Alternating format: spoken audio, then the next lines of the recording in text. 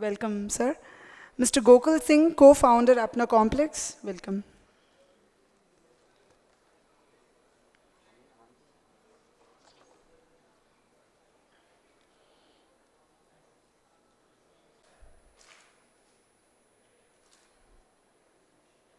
So, request Kali Prasad ji to start the session and moderate it. Over to you, sir.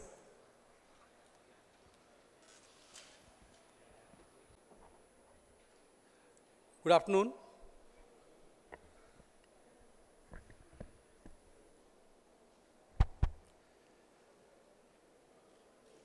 Good afternoon, everyone.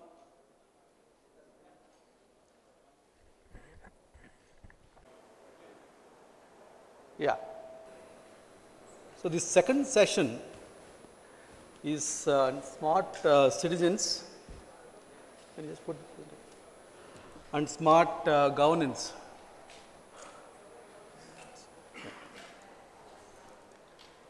Just go next slide. I am really confused because I don't know what more to talk. In the first session, they have discussed all aspects of smart governance or smart cities.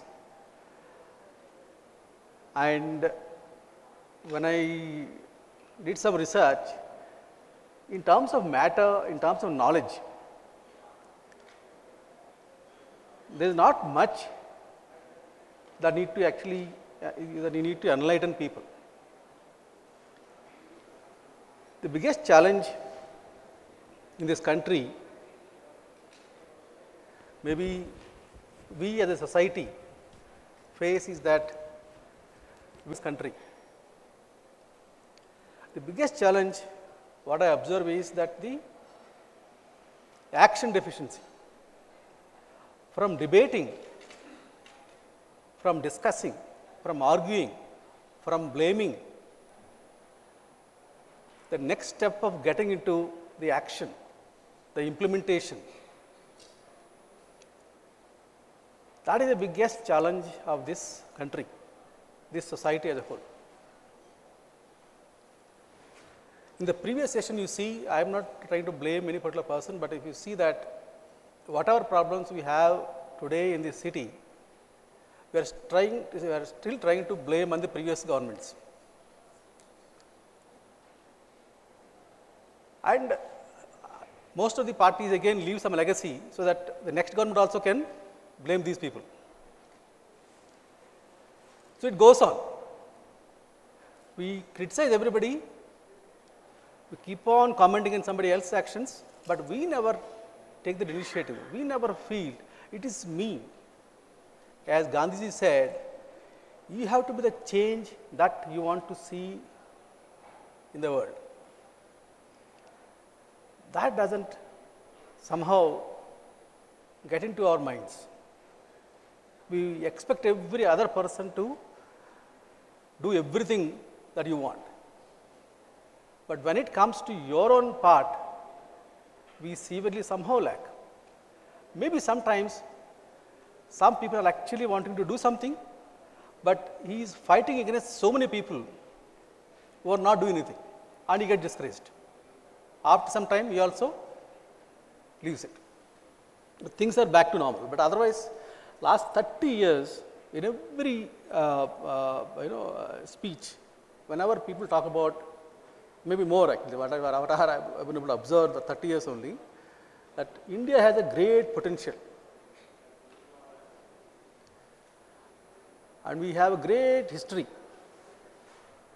We have everything. But still, we only talk about potential. So that potential, the realization of the potential is not happening. Unfortunately, that's how I think this our political system or administrative system or society at large. We can't just blame the political system, because the political system is nothing but the people from among us only becoming political person. Now you see that latest, the AAP government also, Aam Aadmi Party, they all came from us. All of us actually supported, we did all of that. But again, are we seeing anything differently there also? Not much. But anyway, I don't want to get into that, but That's my feeling, personally I feel. But today the task given to me by Safir and Suresh to speak on smart governance, like a consultant, I would like to focus on the process. How do you go from here to the next stage? What you can do? How do you do that? That's more important than talking about what is the smart governance or smart cities. So, the biggest challenge that we need to encounter is to bring this entire society or the government or the administration to start sit together and plan for. What is the planning? How do you plan? Where do I be today? Where do you want to go next 5 years, 10 years, 25 years in future? How do we take this city from whatever status state it is in today to the next level? So, that is planning. When you do the planning again, what you plan? So, currently where do we stand? What is my future idea about a city? What is the kind of character I want to build? What kind of infrastructure I want to build? What kind of technology I want to use? So, all these various aspects have to be first planned and discussed. Once you have agreed that this is what we need to do, and then how do you finance that? That is another big challenge. So, how do we finance the infrastructure? How do you finance the power? How do you finance the entertainment systems in the city? Mostly like the Honorable MP was talking about, to have a theatre district, and we do not have any amusement park in the city. So, where do the families go? Where do they take the children for an outing? We do not have this places. So, how do you build all those things? And everything cannot be built by the government. In fact, there is no need for the government to build all these things. If you are able to provide right policies and right frameworks, there is no shortage of money in this country. There is enough money. A recent example, if you see, Chandrababu Naidu wanted to build metro in Vijayawada. The central government came and said it is not viable. He said, does not matter. So, they are still going ahead. So, money they will find some way to build it, there is some way to finance it. So, most of the infrastructure, if you are open, you can finance it. Your water can be financed, your roads can be financed. Every infrastructure you can think of can be financed, provided that citizens agree that if I am using anything, I need to pay for it. You know, in Maharashtra, even the irrigation water to the fields is metered, and the farmers are paying for it. So, if you can meter the canal, the irrigation water to the fields and collect the money, why can't you do it to the city? So, everything can be, including entire your garbage collection, entire your solid waste management. These can be, if you develop proper models in PPP models, it can be financed. There will always be some viability gap. That viability gap needs to be bridged by the various government, whatever taxes you collect, you pay from that. That is to do that. And then of course, the human resources, which again in this country there is enough human resources, and the biggest mission the government is, I think, embarked upon last few years is the National Skill Development Program. So, there is a huge amount of work going on. All state governments across the country are focusing on how to make most of these people employable. And today's dichotomy, every organization, every household is facing today. On one side you say that there is no employment, there is so many people are not having employment, etc. On the other side, You talk to any company in this country, what is the biggest challenge? It's not the market, it's the people. They do not have people, right people to employ. Even in the household, they are not finding enough domestic servants to service there. People are not working there. So why? It is like if you are sailing in a ocean, you see the water everywhere, but not a drop to drink. Like in India, you see the people everywhere. There are so many people on the streets, everywhere you go. You can't miss people in this country, but you can't employ them. Either they are not fit for your jobs, they don't have adequate skills to do your job, or they are not willing to work that kind of work. In their mind, they want to do something else. So that is the gap, that skill gap, skill matching, we are not able to manage that. So that is another thing to be dealt with. And finally, what is also more important is the governance, the transparency. Most of the ills why we are not able to get a lot of things done, anything that anybody takes in initiative to implement something, the biggest challenge is opposition. The civil society groups or the political groups, somehow they don't want either the one government or one section of the society to take credit for doing something. So they are happy if they make this project fail, so they can take a political mileage out of this. That's the mindset in our people there. Maybe to a large extent it is also happening.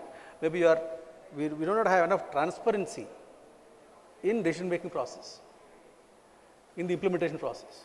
If you are able to bring that transparency or the governance process properly, maybe that acceptability of those things to the society much larger. So that's, and then you can't go with a piecemeal approach. You need to have a whole city approach. All sections of society, entire city. How do you make the government, the citizens and the industry? Another biggest tragedy of this country is that every media and every political leaders, they always think all the businessmen, all the industrialists are out to loot the system. They are enemies of the system. They are exploiting the poor. They are exploiting the society. But they don't understand the wealth creation, the job creation, the taxes generation, everything is dependent on the kind of business that you have in the society. If you do not have the businesses, if they do not businesses do not prosper, you cannot survive in the society today. No country can do this. You go to any country, every small businessman, if you promise, I create 10 jobs, you are treated like a god. Go to any European country, you don't go to any other country except India. The moment you go to the department or anything that you want to start something, they think that you are somehow trying to exploit some loophole in the system, you are somehow trying to take some favors from the government and which you will exploit, you will cheat the public or cheat this one. That's the mindset. So therefore, a lot of people, that's why the ranking for India for ease of doing business is almost like next to only some God-forsaken, maybe people don't even remember what kind of countries behind us. So that's an unfortunate system. This has to change. We need to involve the business. And that's where actually most of the people can find ways of financing most of the infrastructure projects.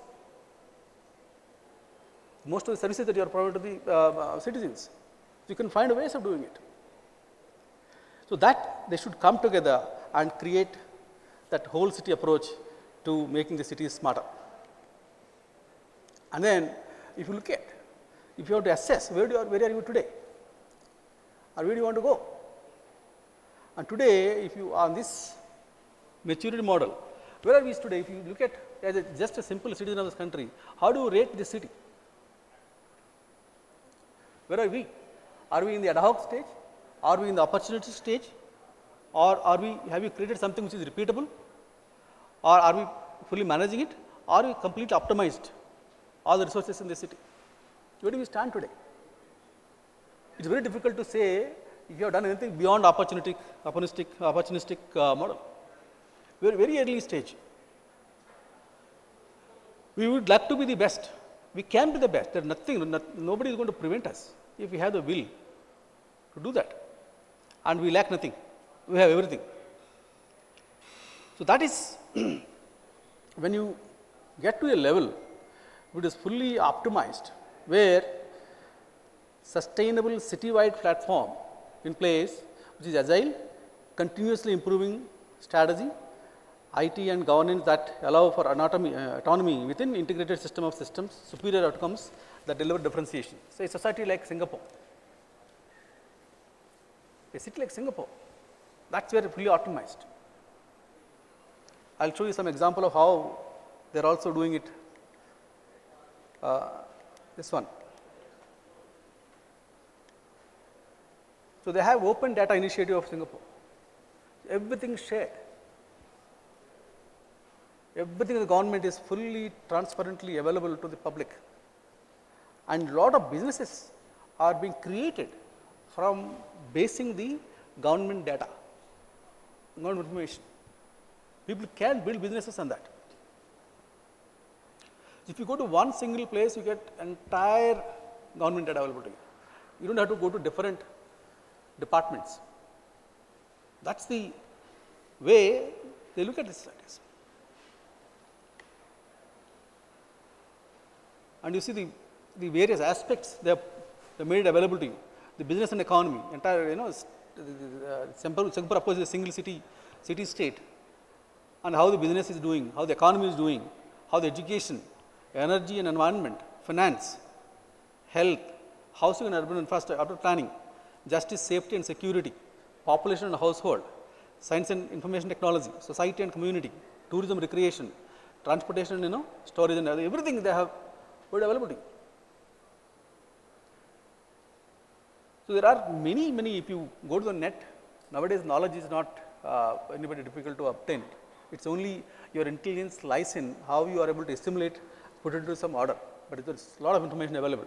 There are hundreds of smart societies available to you, and you can take an example of any city which reflects your size, your kind of culture, your stage of development, and the path that they have taken to improve it. Because some like Singapore, the government is very little more authoritarian.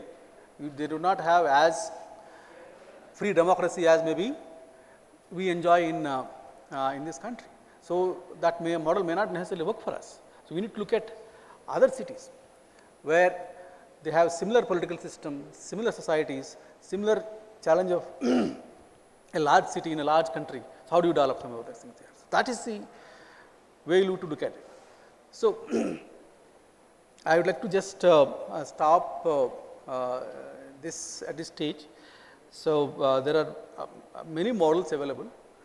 My only thought is that if we are able to motivate or encourage or somehow force the government to sit and chalk out a clear-cut plan of next 5 to 10 years, where they would take this city or the state to the next stage, and how they are involving the citizens in the process of in the stage of definition and the process implementation also. So, that is and how they are going to make the bureaucracy accountable for the outcomes of those various stages they are going to achieve. That is the biggest achievement. I think what we are doing today, what Safir and Suresh and this Akhilesh, Vicky, I think in the process that you are doing a great service in terms of educating these people there. If you are able to go to the next level of sitting in the government and say, let us start planning for this. How do we do that? Okay, thank you very much. So, I will just now we have 1 minute.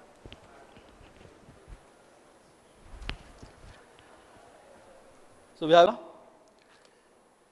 Sri Kantan Trimula, CEO Hooper Labs, and we also have Subramaniam Medavalli, advisor to ASCII, and Mr. Gokul Singh, co-founder Apna Complex. So, we would request all the 3 people one by one to share their thoughts, and then we will get into panel discussion. Everybody. I hope you guys can hear me well. Yeah, thank you. We heard quite a few people. Srikanth Rumala, I'm from Hooper Labs. It's a early stage startup. I've been a serial entrepreneur for the last 15, 16 years, founded a handful of companies. Fortunately, they found good places for them to reside and with successful companies as well. In the process, I was talking to Safir, and Safir actually asked me to come by and talk about Hooper Labs and what we're doing, and I found a lot of resonance with what we're trying to approach, actually try to achieve in the Smart City program. Let me give you a brief introduction of what happened in the morning. A lot of people were talking about the problems and different ways of solving it, the different smart options that we have. I'm going to take a totally different approach to that, What I felt was, people, there are extremely smart individuals who can actually, give a better planning for city planning and stuff like that. But I found that there is a fundamental challenge, and if in case we address the fundamentals of what the smart city initiative is lacking, I think we would probably be able to go ahead and, take care of the rest naturally. In fact, let me go over that, and let me see what are the fundamental aspects of governance. We have policies, budgets, execution, monitoring, administration, and collection. In fact, what our government has done really well is when it comes to collections, we have done extremely innovative ways of collecting our money, In the sense, we have eSeva to pay our bills. It is phenomenally well done. I think it is reasonably efficient.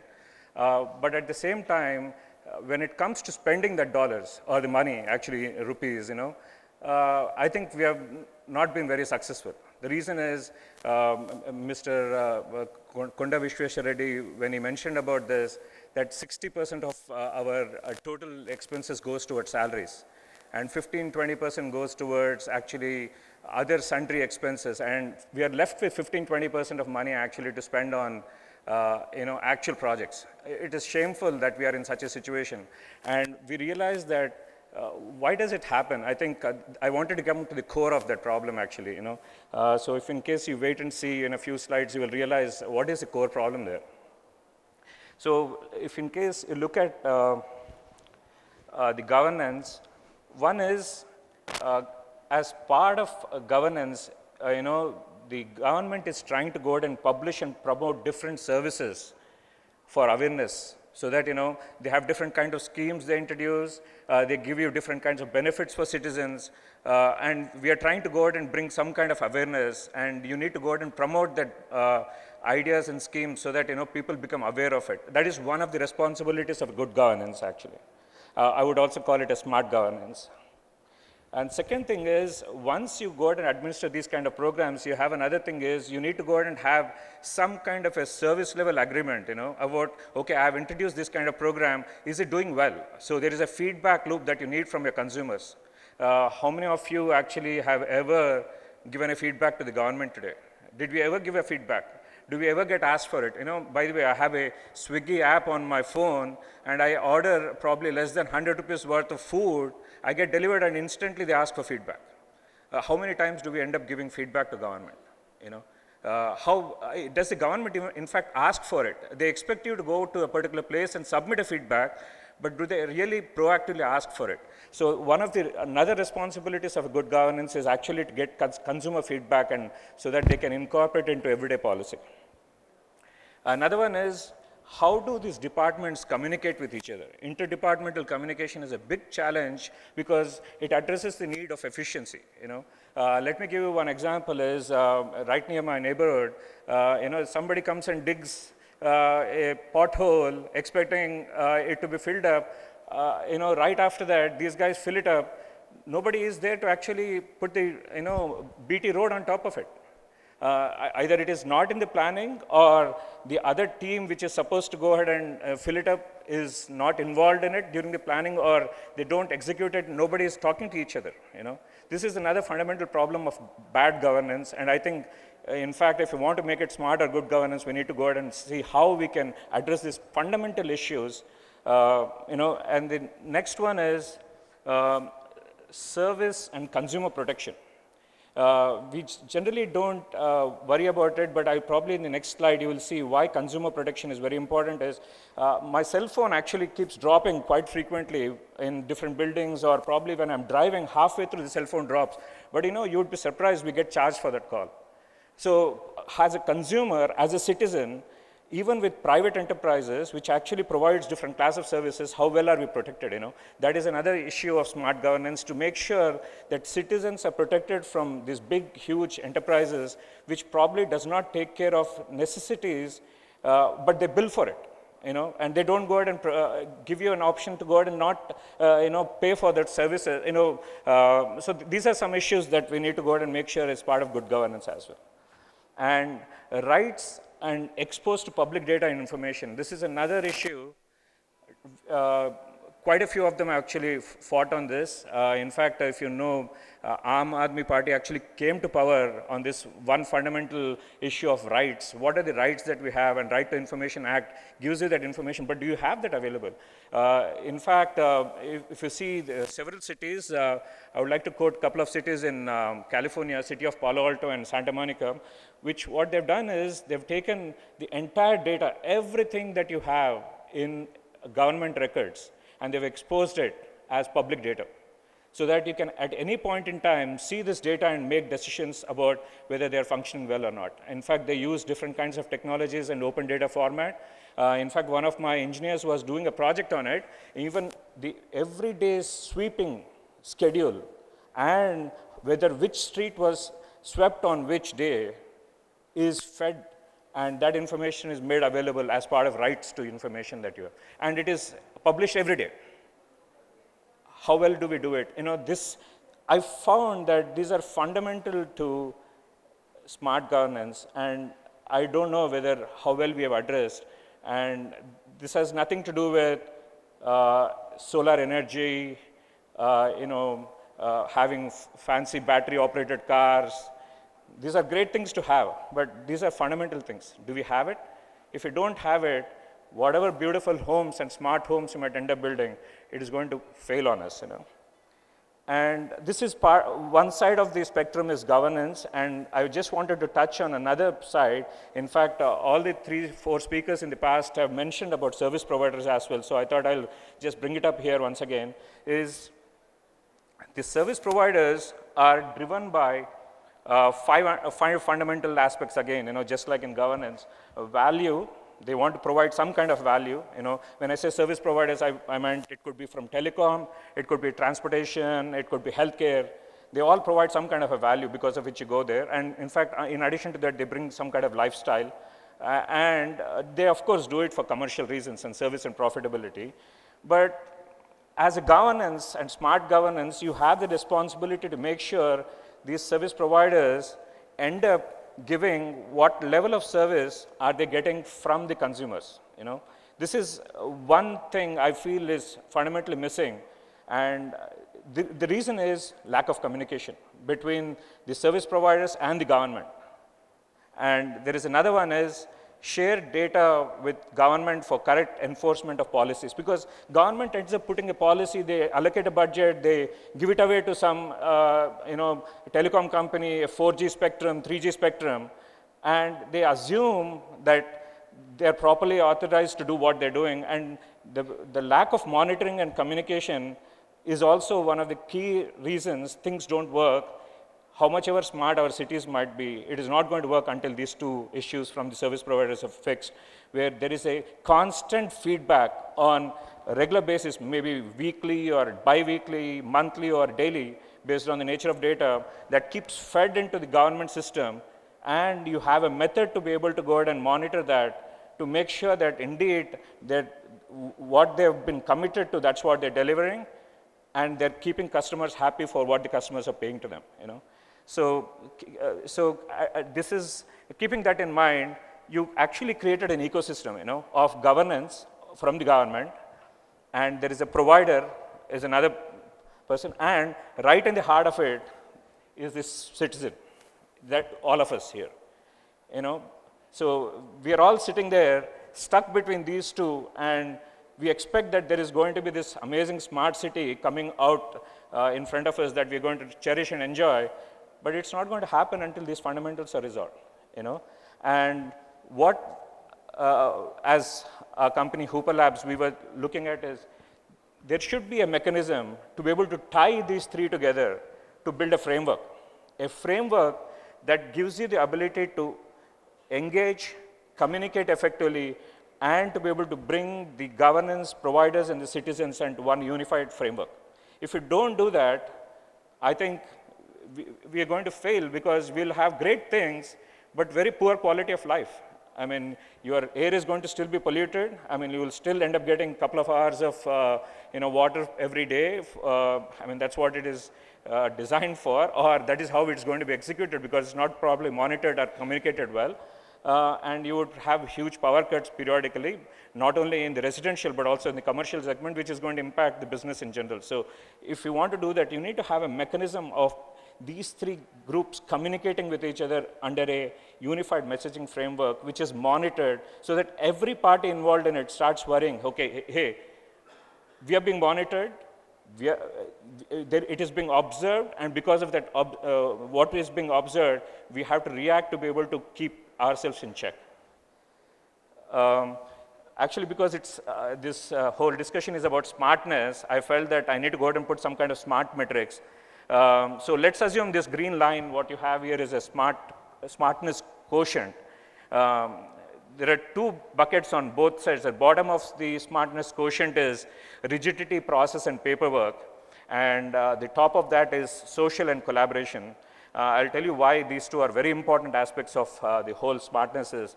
How many of us even realize that Obama, in his first elections, he won by tipping a couple of states because of his very active participation in social media.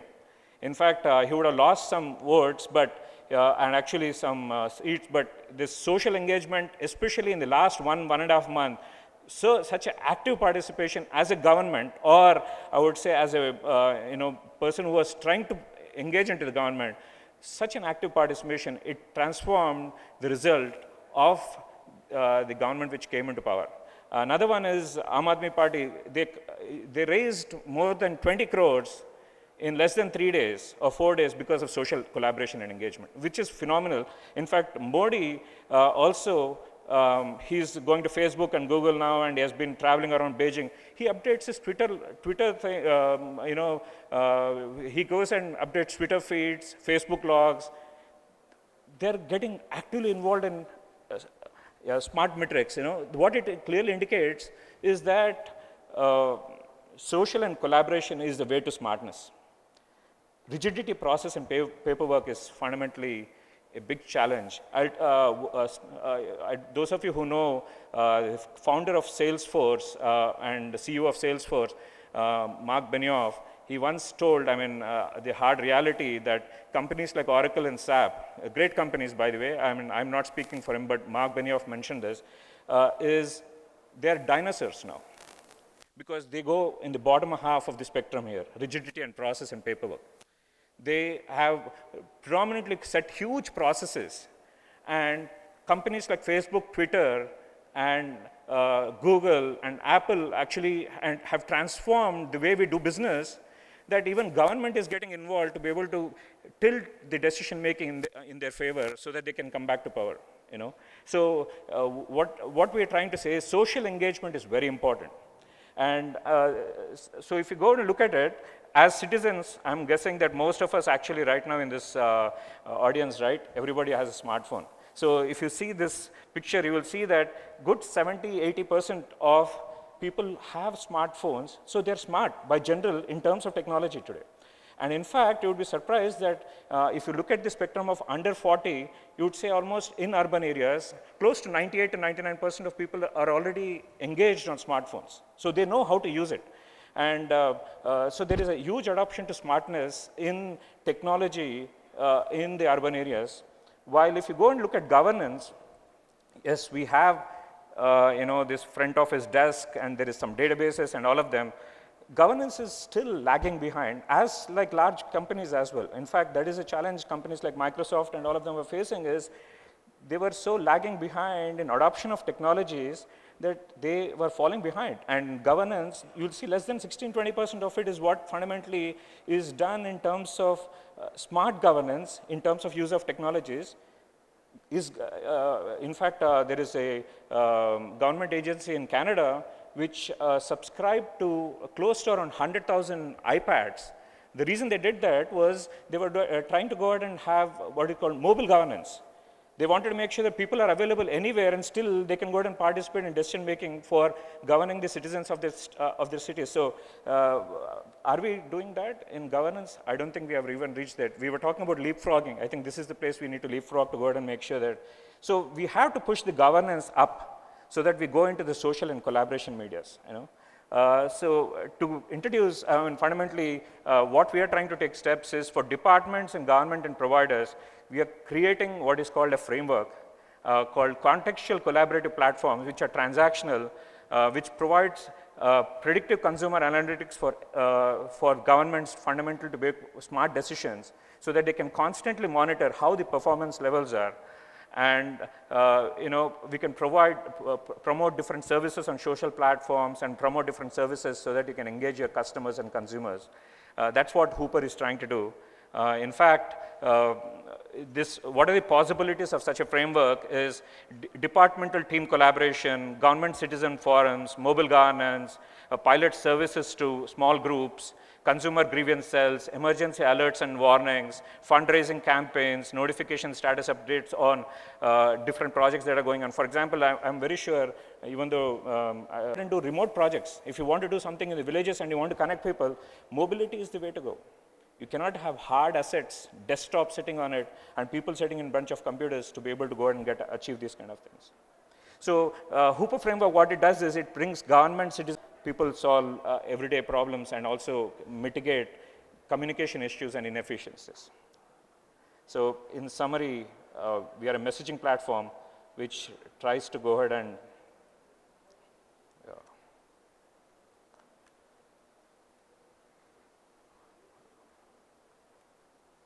I'm sorry,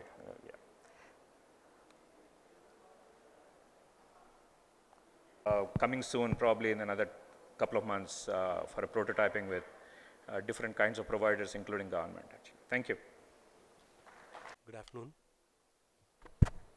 Good afternoon, you're able to hear me? Right. My name is Subramaniam. I incidentally wear two hats, which gives me the advantage of seeing both sides of the problem. One is I'm an advisor to the government, the other is I'm a contractor to the government. So that gives me tremendous insight of the ball game. It volleys from one end of the world to the other end of the world. So right now I'm trying to share some of my experiences as an advisor to ASCII. But then, just to speak about smart cities, I think I've been speaking about smart cities time and again everywhere. But then, my take on smart cities is it's absolutely agony and ecstasy. That's the word that I can use to explain what this smart city concept is all about. The agony is what we are and the ecstasy is the hope that we have. See, I have been a student of economics, computer science, mathematics, a whole lot of things. And 1980s, when I was a student, I heard that John Kenneth Galbraith said, India is a functioning anarchy. I doubt if we have really changed. We have become a little more sophisticated in our language, a few more malls, a lot more ORRs, but I think our functional anarchy continues to exist as what it exists as. It might sound a little depressing, but still the fact remains more or less close to that. Okay. Now, I just wanted to I keep wondering, what do we mean by smart cities when prerequisites of life are set as smart goals? Getting water, having electricity, having a proper road is what I call a prerequisite of a life. Unfortunately, we have a policy statement which says that water, electricity and roads are the goals to be pursued as smart goals. How many of you have got the opportunity to see the guidelines of the Government of India on smart cities? You did?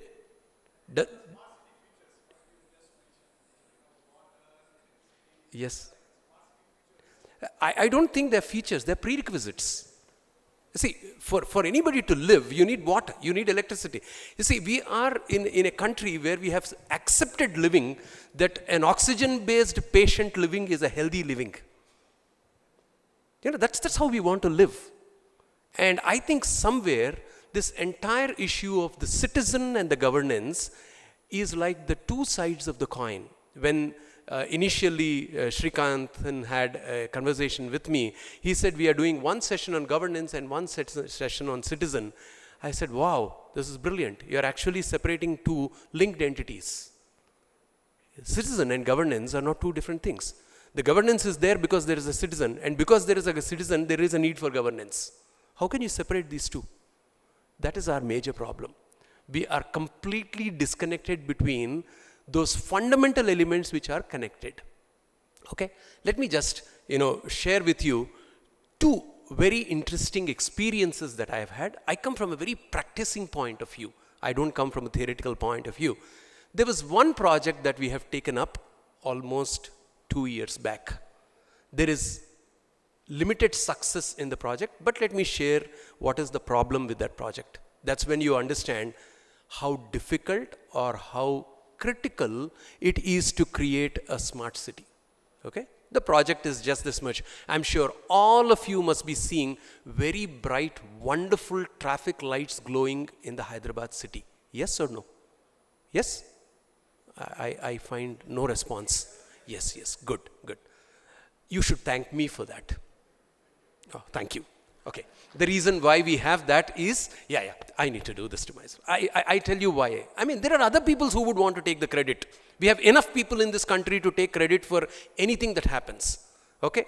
You have too many parents for success, and failure is always orphaned.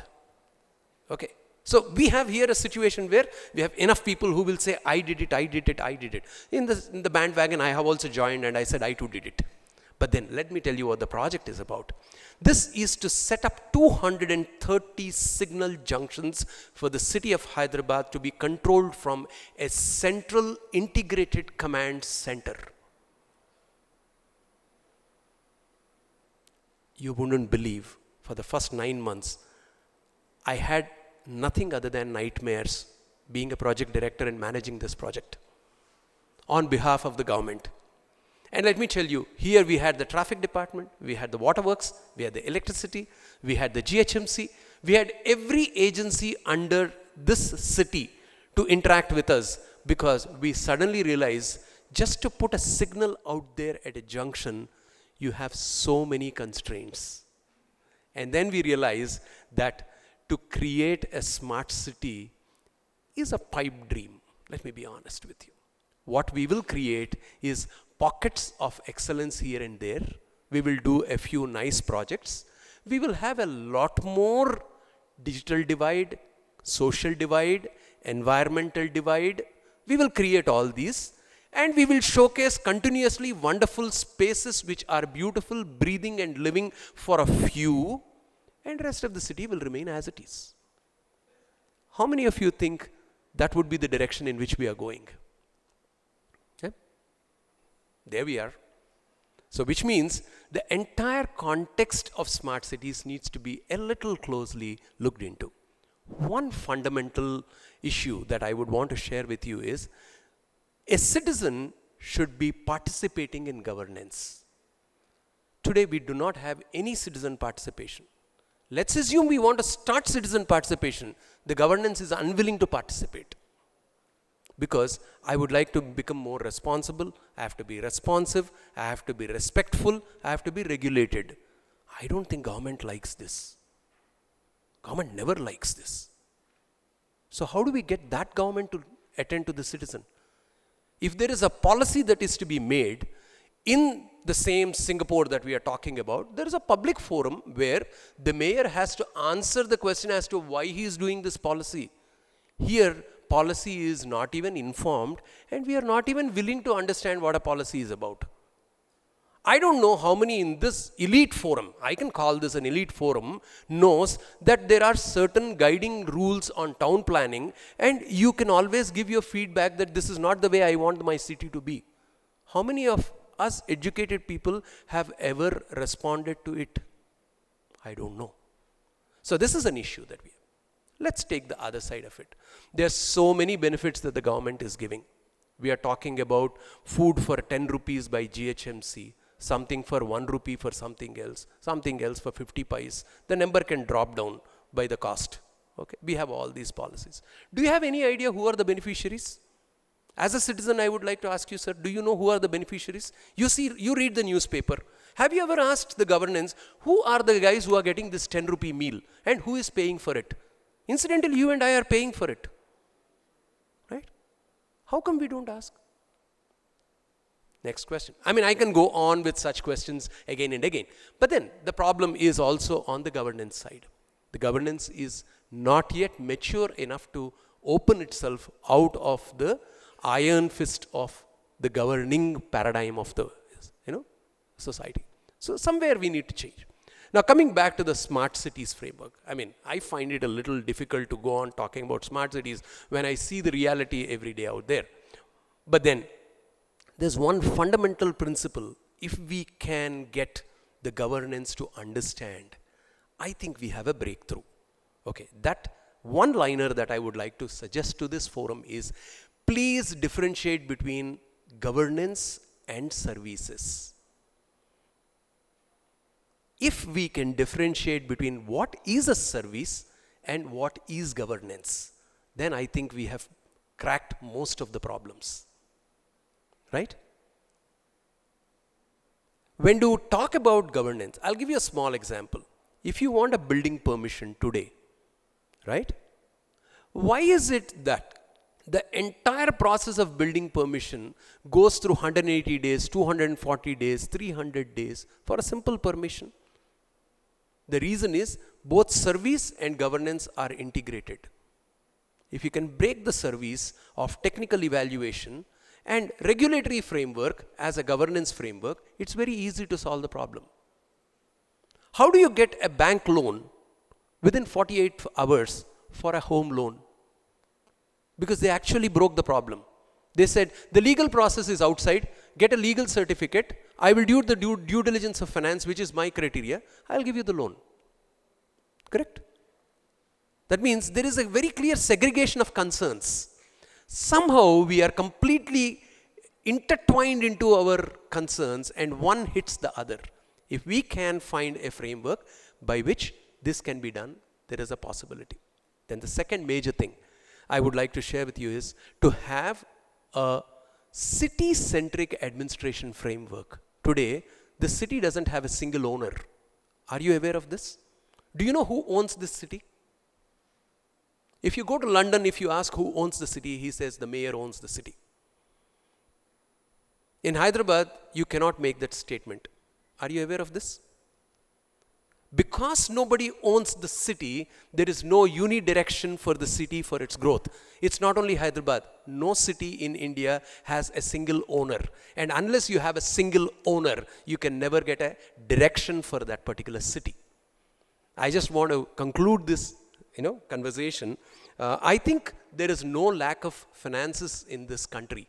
The problem is people are not confident that once I put money into this situation, I might not get my return on investment, though it looks very nice on the Excel sheet. This is the greatest fear for almost all investments, right? So I would just say the greatest problem that we have today is that we do not have a framework that enables the cities to become smart. The first framework that we need to have is ownership framework. The second framework that we need to have is a services and governance separation of concern framework. And the third, which is extremely important, is engagement, procurement processes. Anything that you want to procure, if you continue to have the processes that you have today, I think it will be quite a while for us to get anything called a smart city around. Okay? So with these few ideas, I would like to request the chair to take the conversation forward. Thank you so much. Hi, I'm Gokul. I'm from Apna Complex, and we have been studying how people live, and we have a product out in the space. So when we look at so when you look at smart cities and look at how people are living, earlier in the day, people have talked about we are looking at 300 million people moving to the urban areas in the next 2 decades. We have to see how they're going to live. Where are they going to live? There's a limited number of cities. And then you can see what's happening around us. Because the land is limited, what we started doing is we started living in what we call gated communities, tall buildings, a lot of clusters where a lot of people are living in a very small space. And this is the future. This is what is inevitably going to happen because we have very, very limited space available and we have a large population to accommodate in that. What happens with this is these spaces are sort of self-contained because the lack of facilities which the government have been able to provide, and people want to live a life where they want all facilities. These spaces have become self-contained. We call them gated communities. But these spaces are what's springing up. Now, if you look at it, go back 20 years, probably an apartment complex would have 20 flats, 30 flats at the maximum. That was a big complex. Today, you're looking at properties which have 2,000 flats, 3,000 flats. These are colony-sized flat developments. These are not small developments. These developments house maybe, let's say, 8,000, 10,000 residents in one place. Now, how do you manage such a place? Now, we talk about smart cities, but if you basically drill down, the cities are made up of small clusters where people are living. How do you make these small clusters or gated communities smart? How do people living at the ground level, how do they live in a smart way is what we have to look at. And then once we make these building blocks smart, we make them interact with each other, build bigger, smarter blocks, and then go all forward and integrate with the governance or the smart governance or what the smart city is. But at the crux of it, at the ground level, we first have to make sure that how people are living, they are living in a smarter way. Just because the way we are living is changing. So just to understand, see, if you look at the gated communities today, the amount of infrastructure that they have in terms of plant and machinery, lifts, firefighting, DG, they rival any commercial establishment. The amount of space which is being cleaned, housekeeping, the amount of people who are moving in and out of this space rivals any commercial space. So we have to look at how do we create a system where you can manage centrally. And the biggest challenge in this whole thing is this is not a paid position, like this is being managed by people who are volunteers. How does somebody without smart systems manage these gated communities where people are living and integrate with the communities around them to form federations, what we call federations, and then how do these federations, they interact with the local governance for their issues, for their needs, for managing themselves. And this is where technology can play a great role. It's been brought up earlier in the day, and we know that telecommunication revolution in India has actually enabled everybody to have access to information at their fingertips. We are all connected through smartphones. There is no dearth of connectivity. So technology can play a big role. Be it today, a big gated community can have a lot of challenges along accounting. They have, let's say they have 2,000 flats. They're dealing with 2,000 customers. They have to build 2,000 customers. They have to collect money from 2,000 customers. They have now 2,000 shareholders. They have to report their functioning to 2,000 shareholders. They are responsible to them. How do you manage this in a manual way? You need technology to step in to help manage this. You have people who are working there. Security is a big aspect of it. Who's moving out, who's moving in, who's working, who's not working. 2,000 flats, you probably have maybe 2,000 people working there. Maids, drivers, car cleaners, housekeeping staff. How do you make sure that these guys are integrated? How do you identify them? Again, going back, so these people have identities. They have, let's say, we have Aadhaar, which is an identity solution which is governed by the government. But how do we leverage that solution to ensure that the space that we are living in is smart, the security is controlled? Similarly, if you look at other aspects, some people talked about earlier in the day that we are social beings. We need to interact with each other. We need to have events. Again, technology has a role to play there. How do we network people who are living in a community? You look at, let's say, a US scenario where you have a neighborhood. Now, the interaction people have with their neighbors is very, very, very limited. You probably don't know people who's living 2 houses away from you. You never maybe interacted with them. In India, it is very, very common to know everybody who's living maybe on your floor or nearby. And again, technology has to step in. We have social platforms like Facebook and all, but we need other platforms which can integrate local communities, both from an angle of interaction and from an angle of organizing themselves so they can interact with the smart governance, which is going to come into play. So what we see and what we have been working on is creating a platform where people can link gated communities into a common platform. And then this platform then can link in with the government. So there is waste management aspects. Like Bangalore, it has a mandatory segregation now. You have to segregate your waste into different categories, and it's picked up, which is right now not there in Hyderabad. How do you manage that? How do you monitor that? So e-governance or governance in smart cities has to flow down to the bottom level.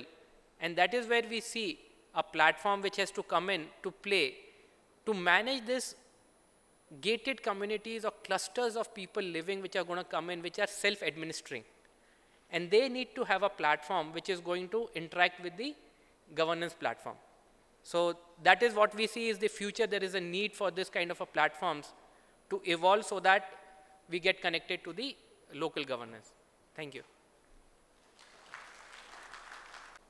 Now I think almost like we are 122. So now we are open. We open this session for the question from the audience. So you can ask questions, and if you want any particular member to speak, or just generally leave it to anybody. Thank you. Hello. Excuse me, I am Maruti Sriram. This question to Yedavalli Subramaniam sir, and I think the most connected speech of all the speeches today. I have seen in GHMC website, for property tax payment, and there is a complaint forum given, like, there is a timeline also given for them, if I lodge a complaint, you need to respond, you will be able to see the guy's email ID and the telephone number, everything. And he has a timeline, he has to respond in certain week time or 10 days. But on the last, he will not respond till the last day. On the 10th day, he writes in that particular message that, the consumer is asked to meet the GHMC Habits office. So, what is the purpose of creating all these platforms when the guys are not ready to take up the job and do it like? So, there is a platform and we are ready to communicate, we want to participate in and we want to take the service, then I don't know how it can be really solved, the mindset problem from the government employees especially. No, I think first and foremost, we are on the same side of the battle. Yeah. We are not on the other side. Okay, so I want to be clear about where I am standing. And second thing is, I don't belong to the government. I'm safe. Yes, sir, of course. Now, the question that you have is, whenever people say, this is something that I want to be very upfront, it's technology which is bringing the change. Being a technologist, I don't trust it. It's people who have to change, and it's people who use technology.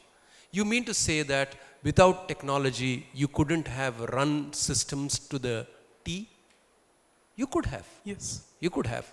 25 years back, right? If you are aware that on a day basis, Hindustan Livers Limited used to get the sales report across the country by the end of the day. There were no computers. How was it happening? There were no mobiles. How was it happening? There was an intent in the organization that they want to get it. The problem that we have with our governance frameworks is that the intent is lacking and the speech is elaborate. Now, how do I get that corrected? I don't know. I don't know. The only thing is that all of us should get onto the roads, sit on the roads and say, we won't pay taxes. You better do something about this. Right. Are we willing to do it? No. We are very happy sitting in conferences. That's our problem. There's no movement. I'll give you a small example if you want to know it. I have a small group of youngsters who are actually building apps which would report directly to the officer concerned. Okay? Right? The app is ready, reports are going, no officer responds. And there is nobody to question why so. So that's where is the citizen problem in this country. I also want to share with you, this is a thought that occurred to me just a few minutes back. I'm sorry to say this, I'm an Indian, I'm proud of it, but at the same time I have this big problem. As Indians, we keep our houses clean and our roads dirty. Have you ever observed that? You keep your house very, very clean. The whole dust, you put it onto the road. The same thing we are now imitating in smart cities. 20 houses will be very neat and the neighboring place will be a slum. We create pockets of nice places and that's what we call smart cities and smart living. I don't know. I can't answer your question, but this is my problem too. But then one thing that you can do, that you can go on raising issues, go on until Gandhiji is re-invoked in this nation at a different level. That could be a solution side of it. Right? Thank you. Thank you. Thank you. Good afternoon, everyone. My name is Surya Jidigunta, and my question is to the panel. My question is regarding raising finances for the smart city. We are talking about, smart cities, having, very good infrastructure, smart mobility and all those things. But how do we raise the finances for this kind of smart city? Because we need for at least $1 trillion for 100 smart cities. So what is the business model? Is it rising through taxes or some user charges? How are we going to raise finances so that the private investment can come in and fund these projects? So that's my question. Thank you. Okay. So there are many cities in the world who have done it, and they have financed most of the projects. In fact, at the municipal level, what they call, they raise even bonds, municipal bonds, which are used for doing a lot of infrastructure activities. There are many activities. But most of our municipalities are bankrupt, right? I mean, no, we cannot raise finance. That is the governance problem. That we need to fix it. There is no choice. Even if you dump billions of dollars in a particular city, if the governance is not right, there is no solution there.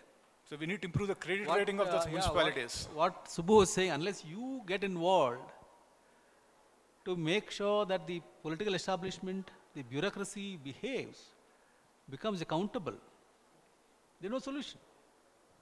We are only discussing here, endlessly. It's all theoretical discussions, and the real action on ground won't happen unless you get that model right. The point I want to make is that there is enough money in the world.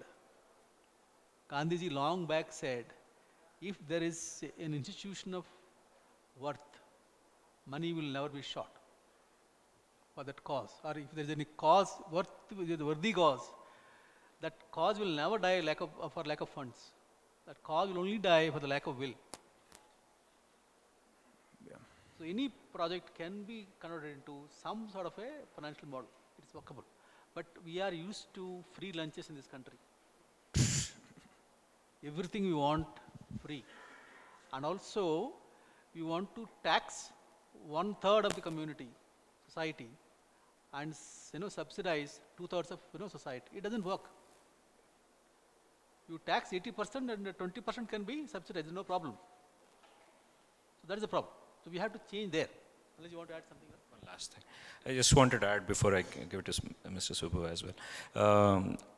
The key thing is, at the end of the day, as you rightly mentioned, all these smart cities need to create productivity because you need to export. Right now, if you know, our current foreign exchange is extremely low. because our productivity has kind of decreased. So eventually the goal, I'm guessing, is there is going to be a significant amount of productivity so that we can start exporting things just the way China did, or Taiwan was doing it.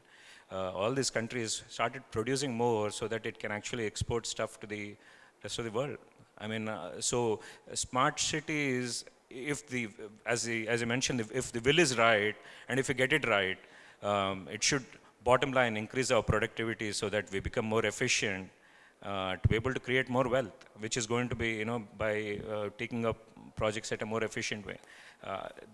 That is pure common sense, and I hope we live up to our common sense, because there is no better way than that. I mean, you can raise taxes, then again you make a lot of poor people.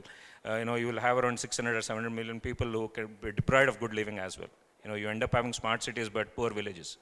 So fundamentally, you need to increase the productivity at the end of the day. Thank you. I have a different question for you. Yeah. Do you have a project and do you need money?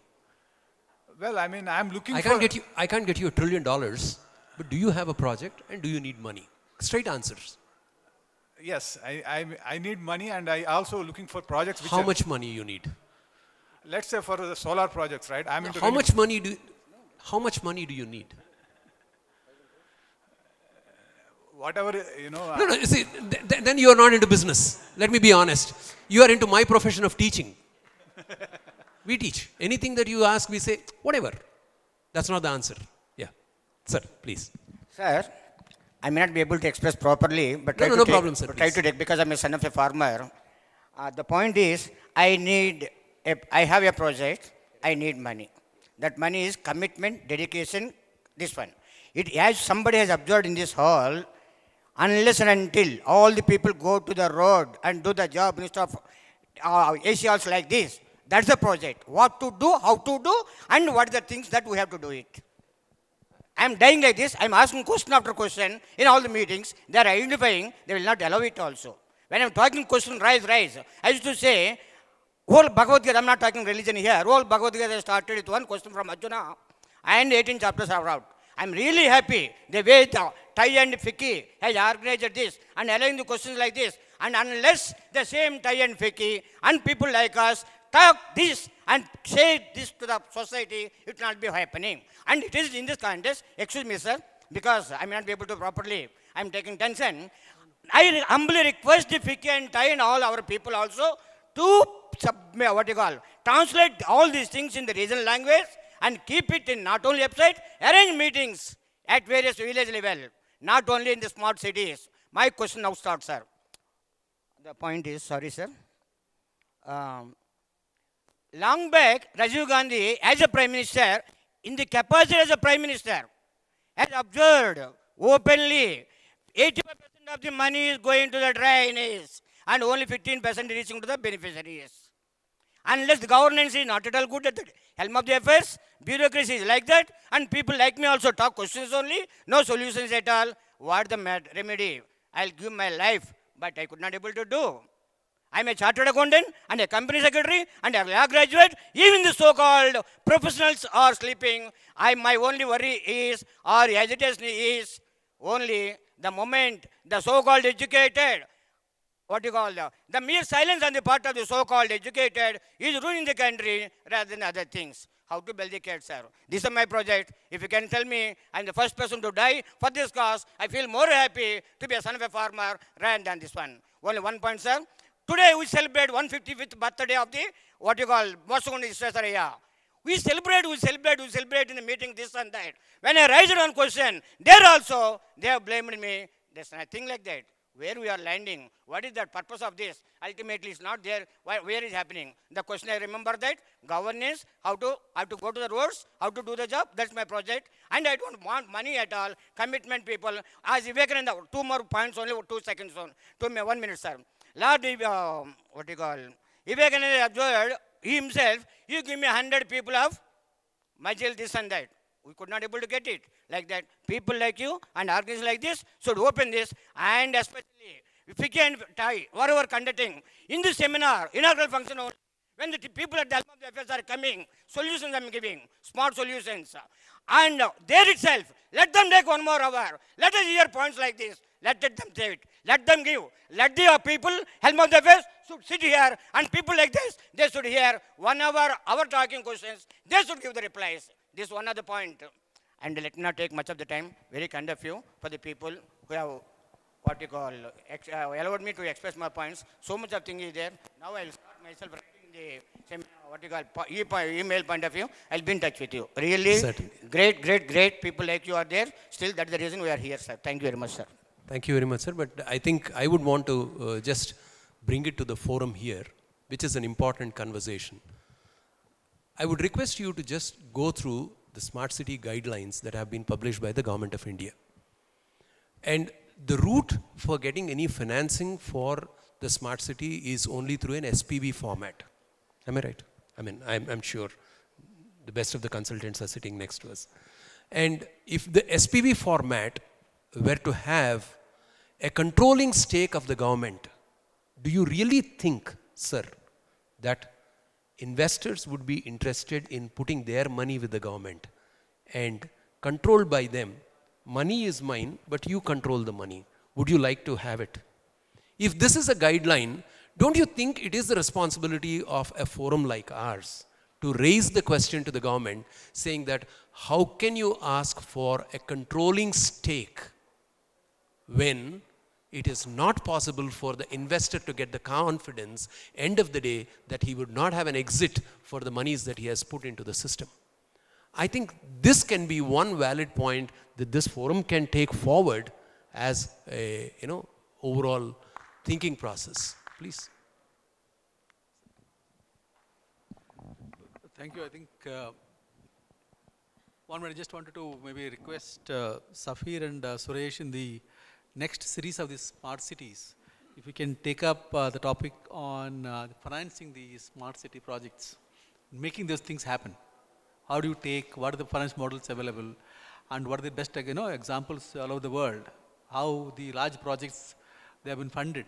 So funding sources, that I think maybe a third series that if you could focus on, that will be useful. Yeah, thank you, sir. Can you pass the mic, please? And all the Hyderabad and the entire, the joint state of Hyderabad and also the one Andhra Pradesh, after the post-bifurcation, we learned the 5-lettered word smart. Before that, no presswala, they didn't know about this word.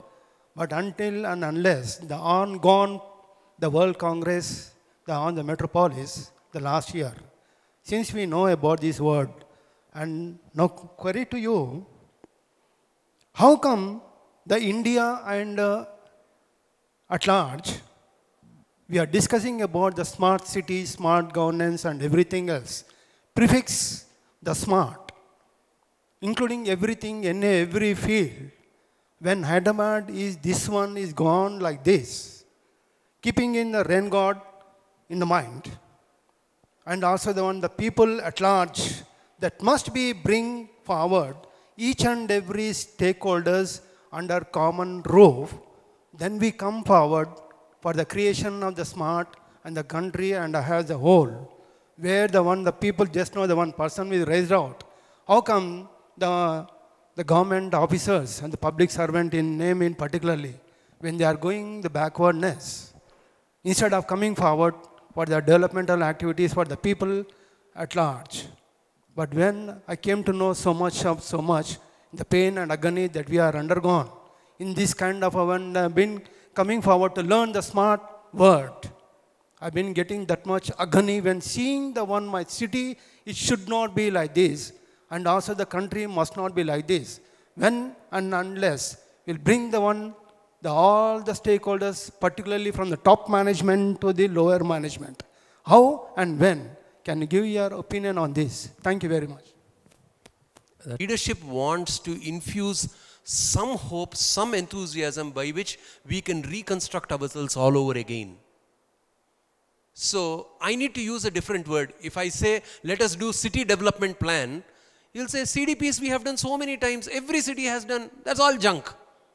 If I give you some other word, you won't be happy with it. So they said, okay, let us look at a trendy word. Let's pick up a trendy word. Now this is a nice word, around this word, if we can build the momentum and can be the change agent, there is a hope. And I think that seems to be more or less the direction in which this entire framework is being thought through. That we need to create essential services, the basic amenities itself, they're not in place. But then if I say that I don't have basic amenities, then the question comes, we feel very negated. So let's raise the bar and say, along with this, let's also complete these things. That is a very positive way of looking at a problem and trying to solve it. And I think that is the way I am trying to understand the smart cities. Otherwise, I don't find anything smart out there. It is only an interesting method by which we may solve the problem that we have in front of us. That's what I think is the probable answer that I would like. I just want to pose my question with an analogy. Brief will be good. Yeah. With an analogy or a situation that I daily observe. I want to pose my question with that analogy or observation that I make every day. Around a year and a half ago, the road from Miapur to Gachibowli was a mud road, gravel and things like that. It used to take more than half an hour to cross like a stretch of 2 kilometers, 3 kilometers. Today, the same road is like a tar road, very nice road, no complaints. But it still takes the same time. It still takes the same time. The thing is, everybody wants to, just squeeze in, go, and reach their destination fast. Everyone knows the rule, but nobody wants to enforce, and nobody wants to really follow it. If there is a policeman enforcing the rule, okay, you have to. The road is smart here. The road is very smart. But unless we ourselves, there is no enforcement as such. Unless we follow it by ourselves, it still takes the same time. So my question is, however smart we become, are we going to getting that smartness at a cost of enforcement agency? Like, are we going to buy another enforcing mechanism to bring this smartness really work? Do we have to do that for providing this solution? What does this forum think? For example, like identity. When you go to a smarter society, everybody needs an identity, like Gokul mentioned Aadhaar, for example. There are ways of misusing the identity. US faces that problem day in and day out. What does this forum think about such misuses of smartness or technology? I also have an opinion. So basically, sir. Villages, we are thinking of cities, how it is matching point of view. You can as well cover that one also. Thank you very much, sir. Sorry for taking the another bit. So, Mr. Subramanian said that nobody owns Hyderabad. We think we don't own it. Citizens don't think that that is their city. Citizens don't think that is their roads. So therefore, they always treat that is somebody else's problem, and they behave as if it is for them, somebody else has to cooperate. So their own behavior, they don't change it. So ownership, unless you feel the ownership for this, you don't change your behavior. There is no, I don't think, any easy solution for this, what you raised question. The second answer, I think, what Mr. Sir, me peru marchipoyindanu. Sitaramaya garu. He said that it's true, unless you make villages smarter, you can't really have very smart cities surviving in poor or unmanaged villages. They have to do that also. One of the solutions also to improve the cities is to improve the villages, so that the migration from villages to the cities will stop. If you are able to provide all the infrastructure, everything, all good quality of life there itself, people won't come here. So that, I think, is a very important point you mentioned. We should not neglect the villages. It's all part of the same society. So we need to see how the societies are an integral part of the overall life in a particular state, in a particular region, including cities. I just want to add one line. You wanted a solution, right? Yep. Are you willing to take a solution if I give one? Okay. At least for the questions that he has raised. Not for you, sir. I can't give a solution for your problems. Even if I become the Prime Minister, I can't solve the problem. Okay. So I can give you simpler solutions.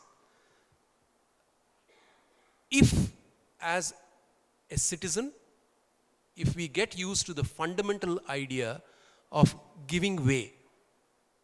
Have you ever given way to somebody when you travel? It doesn't matter, even if 10 fellows go in front of you. Have you ever given way? Please do it once. Then you will realize how easy it is to handle the same traffic. Please, just a minute, hold on. I just want to say this to you, not to prove a point.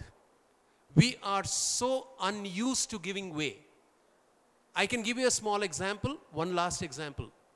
Have you ever waited for people to come out of the lifts to go inside? Let's not talk about smart cities. Let's talk about the citizens' behavior. Enforcement is a governance issue. Civil behavior is your personal issue. You can start at home. Then we will find fault with the rest of the people.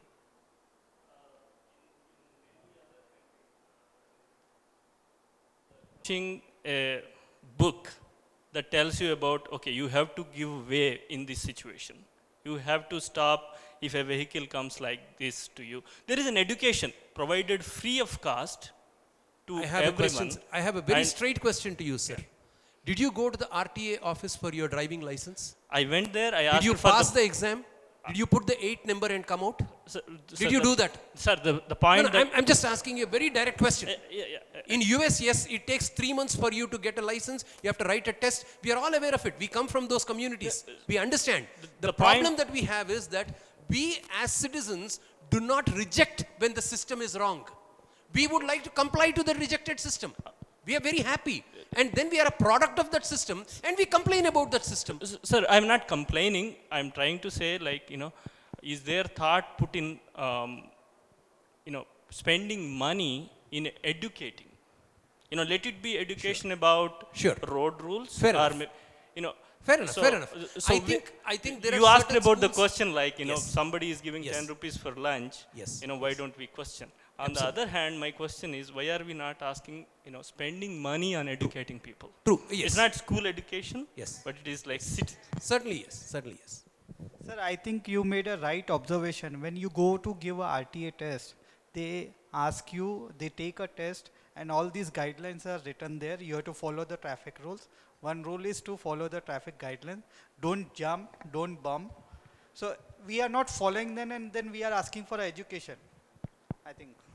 Yeah, thank you. I think we have to put a close to this because the food is getting cold. Nobody would like to, do that. So let's, I think, break for lunch. And thank you, sir. everybody. Thank you all the panelists for this great session. Thank you. On behalf of